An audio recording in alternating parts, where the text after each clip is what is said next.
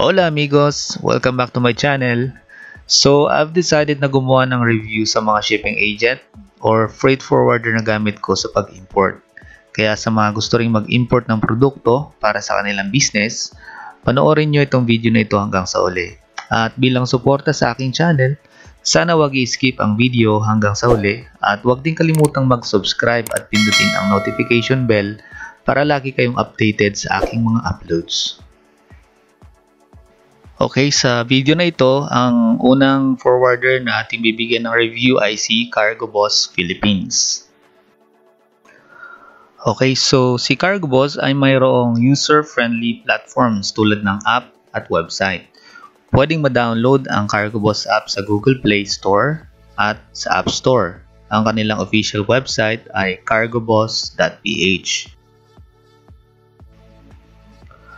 Pareho lang ang serbisyo na pinoprovide ng kanilang website at app kung saan dito ay pwede tayong mag-book ng shipment by selecting Book Your Shipment option. Sa services naman ay matatagpuan ang mga option na importation and cargo forwarding at pabayad service. Kapag iselect ang unang option ay makikita natin ang kompletong detalye na nakapaloob sa kanilang iniaalok na serbisyong importation and cargo forwarding.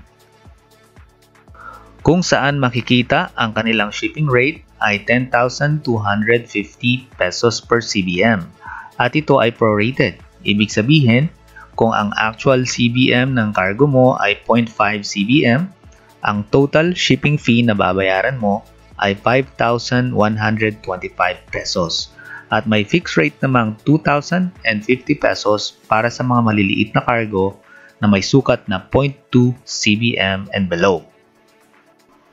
Ang mga shipping rate na ito ay all-in, nang ibig sabihin ay wala ka ng ibang babayaran pa. Sa picture, ito yung pinaka-latest cargo na na-receive ko. Ang sukat ng malaking box ay 0.17 CBM at yung maliit ay 0.06 CBM. So ang total ay 0.23 CBM. Kaya ang total na binayaran ko para sa cargo na yan ay 2,357 pesos and 50 centavo. Pwede din nating i-avail ang kanilang pabayad service. Sundin lang ang mga steps na nandito sa app nila. Napansin ko lang na hindi nakadeclare dito kung magkano ang service fee sa kanilang pabayad service. Pero ang kanilang customer service ay mabilis sumagot at very polite. Kaya pwede mo man silang i-PM sa kanilang official FB page at siguradong may sasagot sa iyo agad-agad. Ang kanilang customer service ay available kada Lunes hanggang Sabado mula alas 8 ng umaga hanggang alas 11 ng gabi at tuwing Linggo naman alas 6 ng umaga hanggang alas 11 ng gabi. At ang pinakamahalaga sa lahat, si Cargo Boss ay may real-time tracking system. Para i-check ang cargo mo, kailangan mo lang ang iyong CBOSS shipping code at email address.